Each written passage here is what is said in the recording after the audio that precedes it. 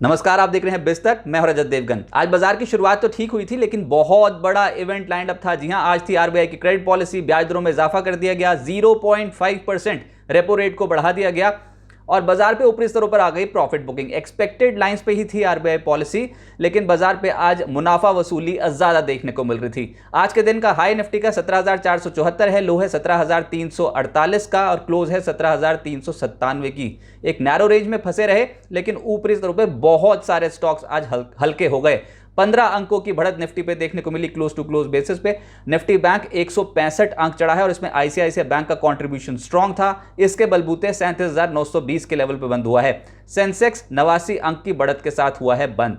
Nifty gainers पे आज आप पाएंगे सीमेंट, श्री सीमेंट को आज 2.5% चढ़ा है। इसके अलावा अल्ट्राटेक सीमेंट लगभग 2.5% चढ़ा। आईसीआईसीआई बैंक 2% चढ़ा है और निफ्टी पे आज इसने पकड़ मजबूत की है। इसके अलावा यूपीएल, भारती एयरटेल, ये कुछ ऐसे स्टॉक्स थे जहां पर हल्की खरीदारी होती हुई नजर आई। लेकिन जो डैमेज था वो था ब्रिटानिया में। एक तो ब्रोकिंग हाउसेस की कमेंट्री बिल्कुल सॉलिड नजर नहीं आ रही है नतीजों के बाद, और आज 2.25% हल्का हो गया। Hindalco, Eicher motor, MNM, Reliance industries जैसे स्टॉक्स आज दबाव में आते हुए नजर आए और एमएनएम नतीजों के बाद लगभग 2% टूटा है।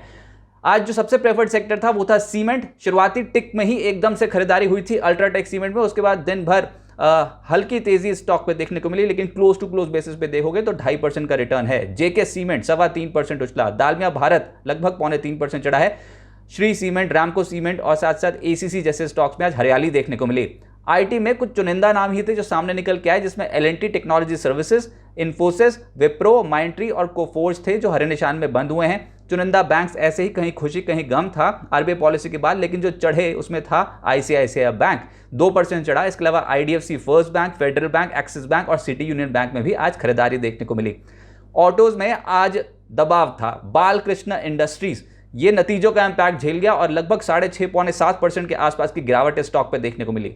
सोना कॉमस्टार 2.5% कमजोर हुआ है। आइशर मोटर 2% हल्का हो गया। एमएनएम नतीजों के बाद 2% हल्का हुआ। हीरो मोटोकॉर्प, मारुति सुजुकी जैसे स्टॉक्स पे आज दबाव देखने को मिला। मेटल्स एक और कमजोर तबका रहा, जिसमें वेल्सपन कॉर्प यहां पर 7% का दबाव देखने को मिला। रत्नामनी, एपीएल अपोलो, हिंडाल्को, जेएसएल, इन स्टॉक्स पे था दबाव। तो कोई क्लियर कट डायरेक्शन नहीं थी। कुछ स्टॉक्स चढ़ रहे थे, कुछ गिर रहे थे। एक ही सेक्टर में ऐसे आपको बहुत सारे नेम्स दिखाई दे जाएंगे जहां पर कहीं हरियाली थी, कहीं पर लाल निशान देखने को मिल रहा था। तो इनडिसीजन वाली मार्केट थी। एफएनओ गेनर्स में आज मन्नापुरम फाइनेंस 6% की चाल पकड़ गया। बहुत बीटन डाउन स्ट्रक्चर है, नतीजे भी कोई बहुत दमदार नहीं थे, लेकिन स्टॉक पे आ गई खरीदारी।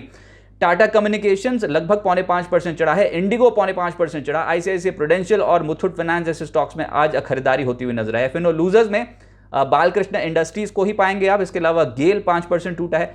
क्रॉम्पटन ग्रीव्स कंज्यूमर, आज कंज्यूमर ड्यूरेबल स्टॉक्स में भी दबाव देखने को मिल रहा था। इसके अलावा बलरामपुर चीनी और बीईएल जैसे स्टॉक्स में आज दबाव देखने को मिला।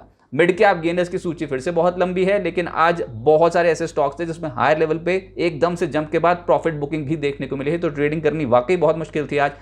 फिलेटेक्स 11% के आसपास की छलांग थी। स्यूबेक्स फिर से 10%। पिछले 3 दिनों में हुआ है स्यूबेक्स पे ये कि 20% और आज 10% चढ़ता हुआ नजर आया, क्योंकि इसने रिलायंस जियो प्लेटफॉर्म के साथ करार किया है। उसका एक बड़ा इंपैक्ट स्टॉक के प्राइस पे पड़ गया है। सागर सीमेंट 7.5% चढ़ा है। एचएफसीएल, एफडीसी और लेमन ट्री जैसे स्टॉक्स 6% से 7% चढ़ते हुए नजर आए। Oil India, Kolte Patil, Minda corp, MTNL और स्पाइस जेट जैसे स्टॉक्स में आज हरियाली देखने को मिली। 5.25% से 6.25% के रिटर्न्स जनरेट हुए। इस हफ्ते मार्केट्स पे देखोगे तो रेंज तो बहुत वाइड थी, लेकिन अपनी बढ़त को बरकरार रखा था निफ्टी। निचले स्तरों पे बार बार जाके हमको खरीदारी ही देखने को मिल रही थी, यानी कि बाय एंड डिप्स की मार्केट बन रही थी। एक कंसोलिडेशन था।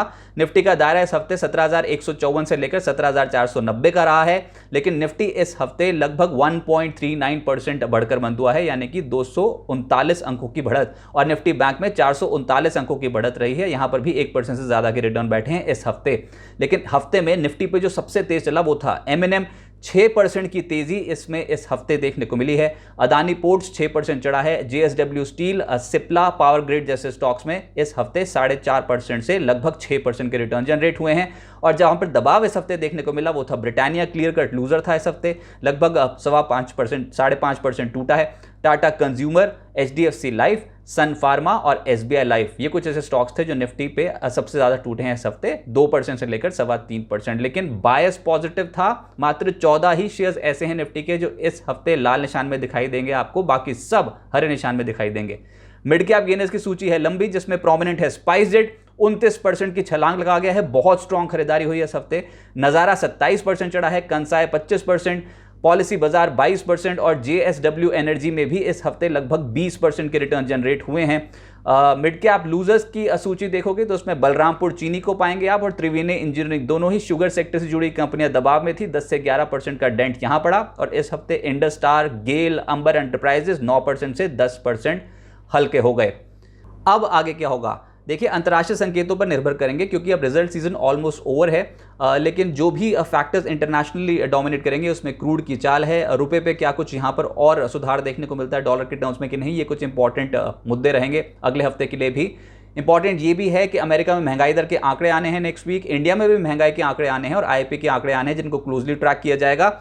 RBI की पॉलिसी के बाद FIs का क्या रुख रहता है, क्या वो बाइंग को और कंटिन्यू करते हैं कि नहीं, ये बड़ा सवाल है। लेकिन जब तक टेक्निकल तौर पे 17,150 17,200 के लेवल के ऊपर रहता है निफ्टी, तब तक बुल्स की पार्टी बनी रहेगी, एंजॉय करते रहेंगे बुल्स। लेकिन अगर 17,150 के लेवल को वॉयलेट कर दिया, उसके नीचे जाएंगे तो ही दुख शुरू होगा। लेकिन अभी तक कोई भी ट्रेंड रिवर्सल का संकेत नहीं मिला है, ये एक पॉज है क्योंकि बहुत स्ट्रॉन्ग खरीदारी लोअर लेवल से, जून के लो से अब तक हमने देख ली है, तो कहीं ना कहीं ठहराव होना जरूरी है। बिल्कुल आइडियल समय है और आइडियल लेवल है कि एक ठहराव, कंसोलिडेशन का फेज मार्केट्स पे देखने को मिले। लेकिन एक ट्रंकेटेड हफ्ता रहेगा और अभी फिलहाल 17,150 से 17,200 का अहम सपोर्ट लेवल इंडियन मार्केट्स के लिए एक्ट करेगा नेक्स्ट वीक भी।